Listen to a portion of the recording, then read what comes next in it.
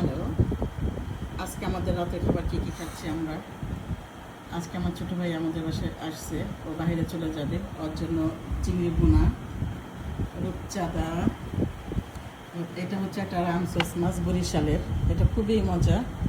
আর একটু ভর্তা করছে, ভর্তা পছন্দ করে, সাথে একটা ইলিশ মাছ, আর গরুর মাংস, একটু আলু দিয়েছি, আর হচ্ছে করলা ভাজি, এ হচ্ছে করলা ভাজি, আর সাথে হচ্ছে সাদা ভাত।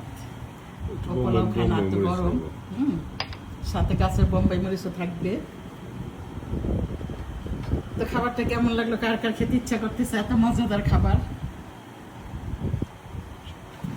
সবাই কমেন্ট করে জানাবেন কার কার এই ধরনের খাবার খেতে ইচ্ছা করতেছে। যার খেতে ইচ্ছা করে তাকে দাওয়াত দেখা হবে নাকি।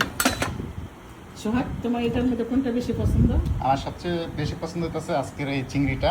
আসলে খুব দারুণ ফ্যান্টাস্টিক কালারটা, যে এখনো খাই নাই কিন্তু জিপ অলরেডি পানি চলে আসছে। রূপচাঁদা মাছ তো সেই যারা সি ফুড খেতে পছন্দ করে তাদের জন্য তো রূপচাঁদা মাছ অন্যরকম। আর সাথে আছে ইলিশ ফ্রাই, আর কিন্তু মরিচ যেহেতু আছে, শুকনা মরিচ, এখন আর মাওয়া যেতে হবে না, এটা ঢাকাতে খাওয়া যায়। নিজেরা যদি একটু কষ্ট করেন তাহলে বাসায় আমার কাছে গরু মাংসটাই ভালো লাগতেছে বেশি। গরু মাংসটা কিন্তু আসলে সুন্দর হয়েছে কালারটা, তারপর খেয়ে থাকলে বোঝা যাবে এটা কতটুকু কিরকম আছে। তবে আমার সবচেয়ে একটা জিনিস হচ্ছে সবচেয়ে ভালো হইতেছে এই যে করলা ভাজি, এটা কিন্তু আসলে। আর এই খাবারটা আসলে বিদেশে পাওয়া যায়, কিন্তু বিদেশে আসলে এইভাবে রান্না করে খাওয়া হয় না। আর বোনের রান্না তো অবশ্যই সেই মজা হবে।